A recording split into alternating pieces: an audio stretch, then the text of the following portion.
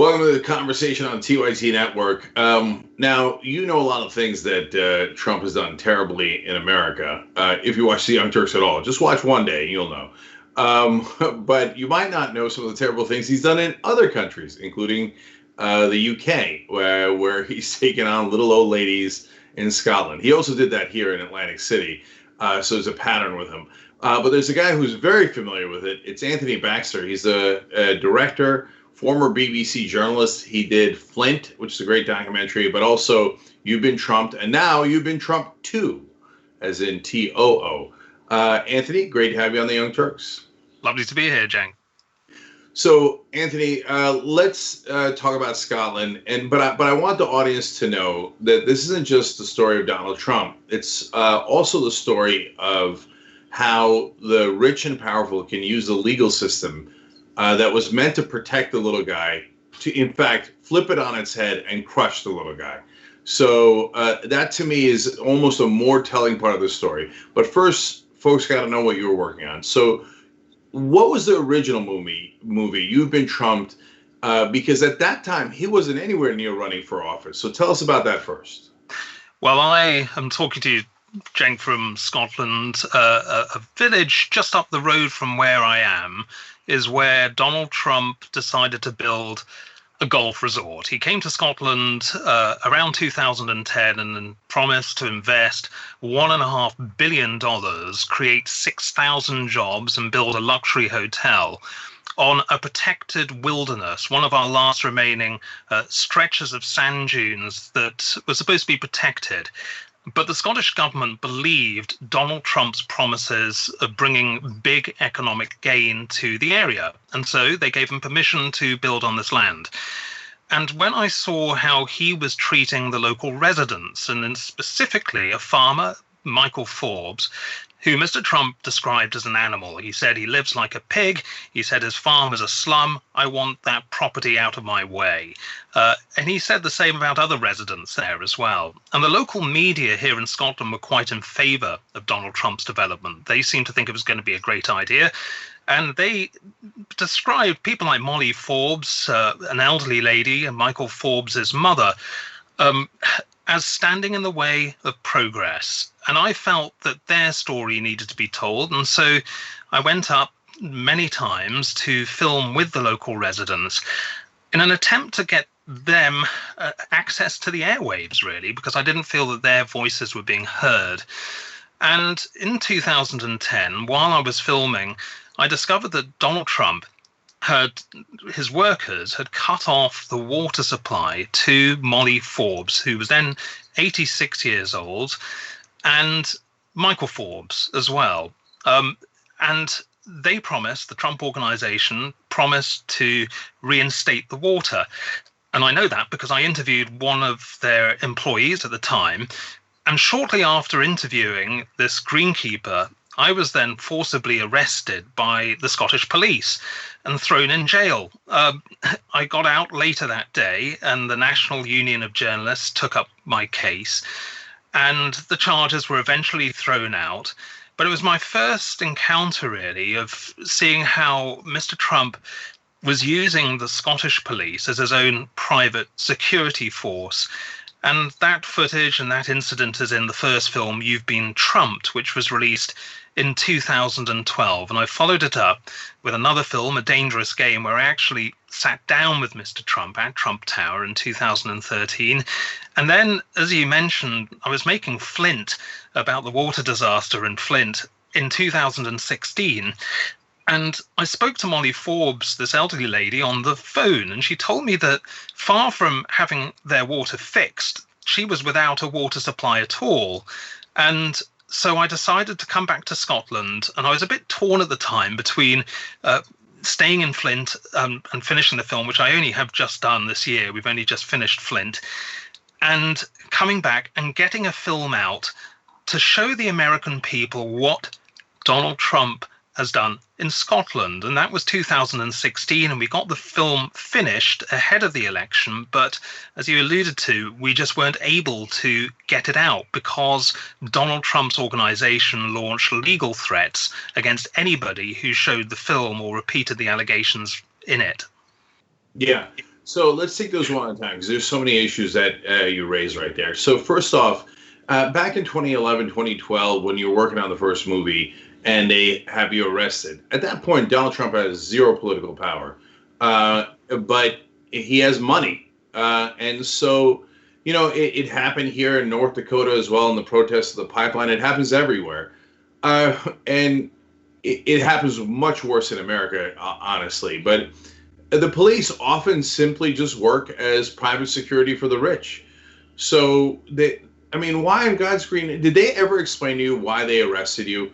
I mean, the reality is obviously Trump told them, or somebody in Trump's organization told them, this is not good for our economic benefit, and I'm a billionaire, and Anthony isn't. Go cart him away, and they did. So that's just unreal. Did they ever bother apologizing? Explain why they arrested you upon a rich person's command?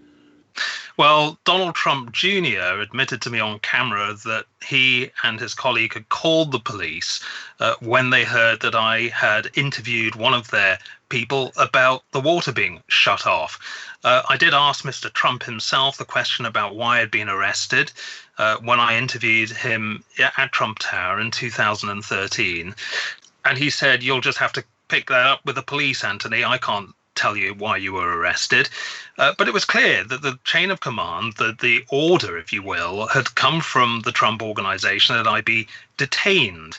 And it was an appalling incident. And if I had my time again, I would have sued the police.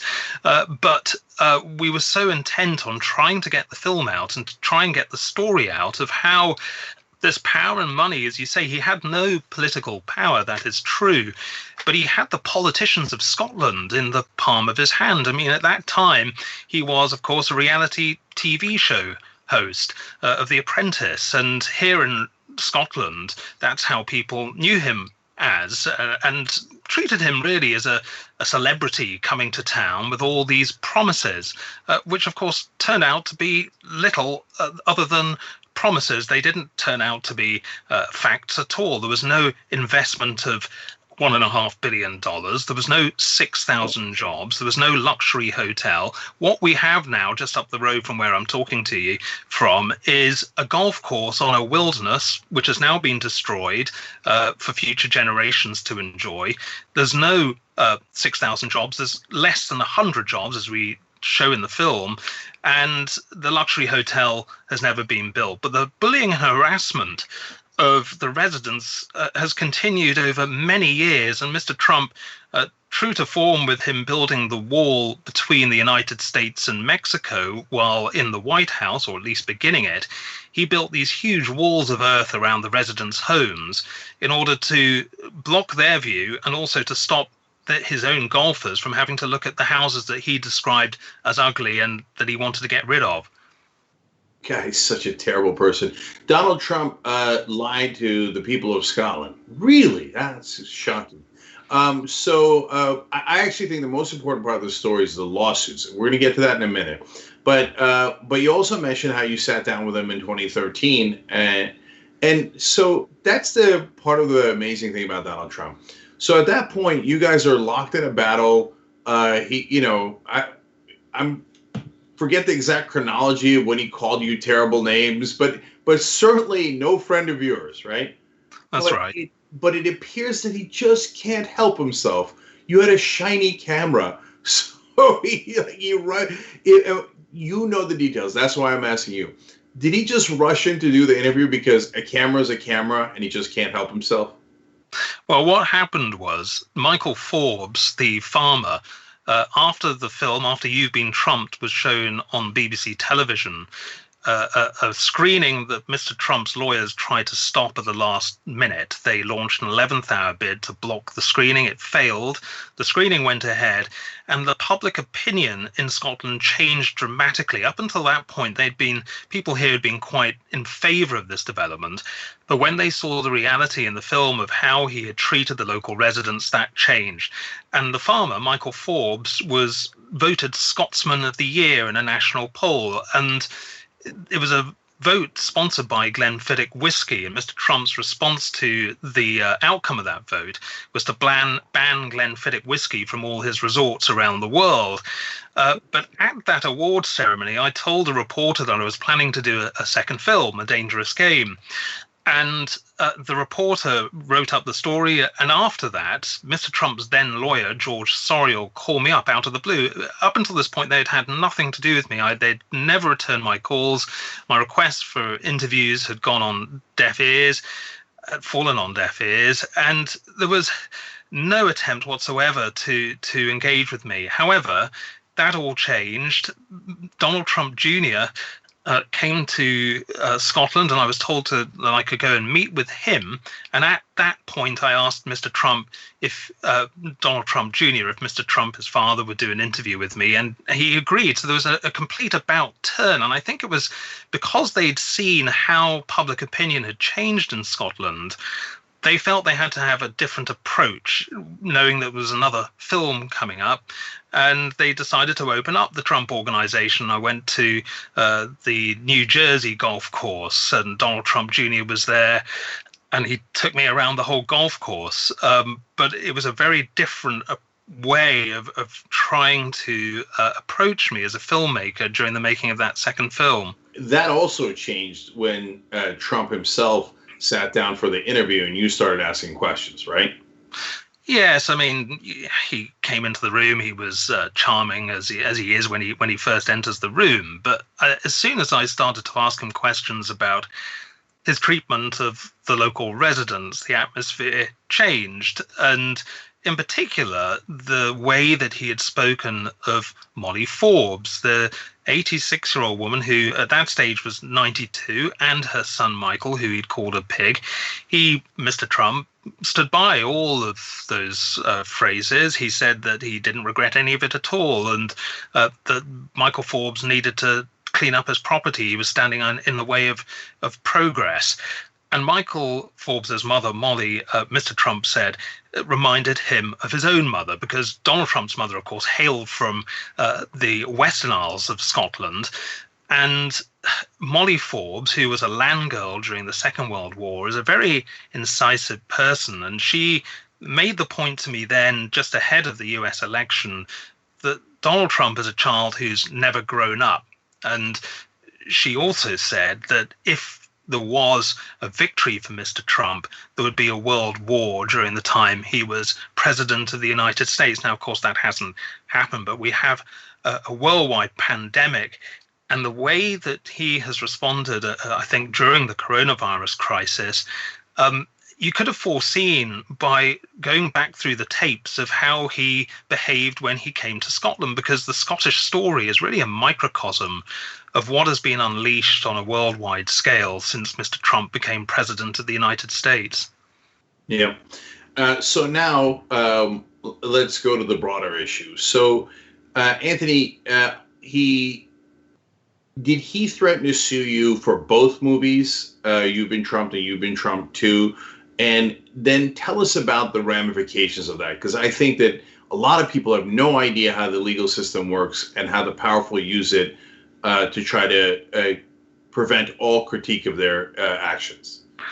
Yes, I mean, it's all about freedom of speech, isn't it? Because what he did is he took to Twitter and he lambasted me on Twitter, as he of course does. And he said that I could expect to be sued very soon. And he also, as I mentioned earlier, threatened to sue the BBC. But what happened when we finished You've Been Trumped Too, I hadn't really encountered before, because his organization, Trump International, threatened to sue anybody who repeated anything in the film, let alone showed it. And so our distributor in the United States pulled out. They asked us to take their name off the front of the film. Our coast-to-coast release at cinemas was cancelled overnight. We were left with one cinema in New York. We were going to be screening the film on Now This. They pulled out, fearing Mr. Trump's reprisals. The UK newspapers had reported on the plight of Molly Forbes and how she had to collect water from a stream in order to have a cup of tea. She had to take this water out of the stream, boil it, and that was the only source of water she had because the Trump organization had failed to fix her pipe properly. Now, when the newspapers ran that story, the Trump organization rang up the editors and told them to take it down, and they obliged because of the legal threat. And it was a very, very worrying situation that a film which tried to give voice to these local residents wasn't able to be seen by Americans ahead of the election. And our insurance to most filmmakers will be familiar with the fact that you have to have what's called errors and omissions insurance when you release a film. And the problem was that our quotes were sky high because of Mr. Trump's legal threats. And so we couldn't get the insurance. And so the whole issue of getting the film out was impossible in the light of Mr. Trump's legal threats. And here we are now in 2020, after 4 years, we finally managed to secure insurance at a reasonable cost and find a distributor, Journeyman Pictures, who will take the risk and get the film out there. And so people can now see it on iTunes. So, Anthony, I don't know if you know the exact cost, but I have a rough sense of it. So if people are wondering, why would a reputable paper pull a perfectly legitimate article about a movie because somebody like blowhard like Trump threatens to sue? Well, Trump often, that's the one threat that he usually delivers on, or the one promise that he delivers on. And then it'll cost them a couple of $100,000 to run one article. And so from a business perspective, I totally understand their decision. They're like, really? Is this one article worth several $100,000? And now, in the reality is, of course, that affects your reputation, your brand, etc. But Anthony, you can kind of see how it's fairly easy to intimidate the media from running anything negative about rich folks by just threatening to sue them, right? That's right. But the key word there, Cenk, I think, is threatening to sue, because that's what Mr. Trump is very, very good at. He threatens. I mean, we've seen that recently, of course, with his niece, Mary Trump's tell-all book, and his former national security advisor, John Bolton, as well. These are threats, and people respond to threats, particularly, as I say, these. In our case, it was the insurers just wouldn't back a film with somebody like Mr. Trump, who does have a litigious background, of course, and he does sometimes follow up on the threats. But I've found in my own experience, it's added up to threats. And it's the classic trait, if you will, of a bully, I think, as Molly Forbes has said to me. As a mother who's raised children herself, she has often described Mr. Trump as a child in his approach. If he doesn't get his way, he gets very angry and he promises to sue people, and that's the way he appears to operate. Yeah, Molly Forbes had that figured out before the rest of the planet. He's a pathetic little child. He's actually the worst brat you've ever seen in your entire life. Totally entitled, bullies, incredibly insecure, doesn't care about anyone else, just literally the worst of us. And it's an international embarrassment that America chose him to be his leader. Unfortunately, I'm worried that it's a turning point for America being considered a third world country.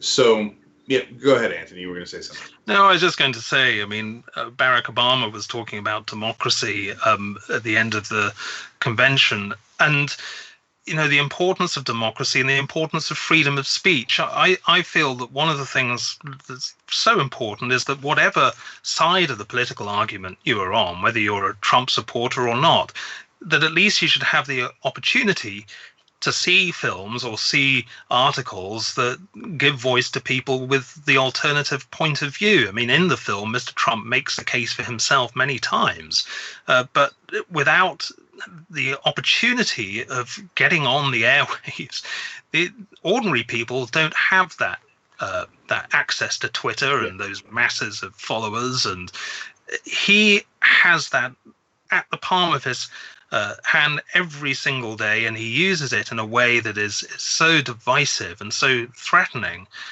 for everyone. And I think that it's very important that whether you like them or not, you are able to see films which give another point of view. So, Anthony, you're way more polite than I am. I got to be honest, my real assessment is you're barking up the wrong tree. If they're a Trump supporter, they don't care about freedom of speech or policy or principles or ideology at all.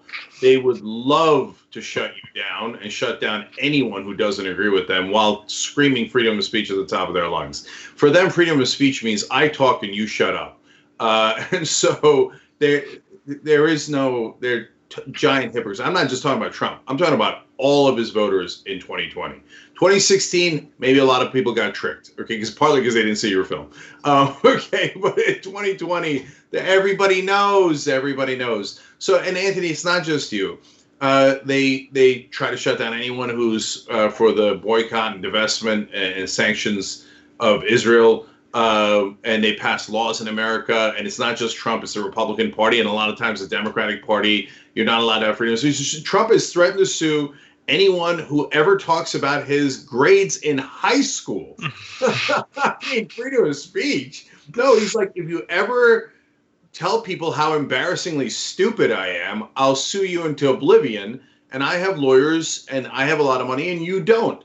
And they look, there's reasons for the legal system to be set up in the way that it is, and it has advantages. But finally here, Anthony, the big disadvantage is, unless they are savvy enough like you were and can eventually find a partner like you did, it is so easy to drive folks who are critics of the powerful like you away from the marketplace of ideas by just using the legal system to bully them with lawyers. Yeah, no, I think that's certainly true.